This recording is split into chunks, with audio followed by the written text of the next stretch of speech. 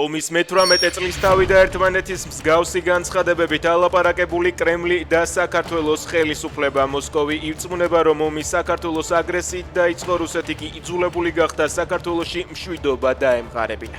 ომის დაწყება წინა ხელისუფლებას კიდევ ერთხელ დააბრალეს რუსულ აგრესიას შეწირული ქართველი გმირების საფლავზე მისულმა ოცნების ლიდერებმაც. ყობახიძემ პირდაპირ თქვა, რომ ცხინვალი 7 აგვისტოს სააკაშვილმა დაბომბა. დღევანდელ განცხადებებში კრემლი და ოკუპირებული ცხინვალი თბილისის პრაგმატულ პოლიტიკას უწონებენ.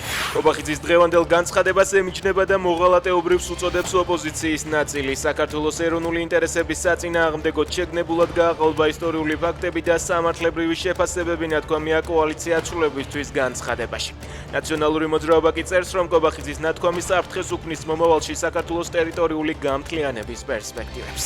ამერიკამ საქართველოში დაფუძნებული კრიპტო კომპანია და სანქცია ინფორმაციას ამერიკის სახაზინო დეპარტამენტი ავრცელებს. მათი ცნობით გამოაშკარავებულია კრიპტოვალუტის ფარული ქსელი, რომლის გამოყენებითაც ირანის რევოლუციის გუშაგთა კორპუსი სანქციებს თავს არიდებდა.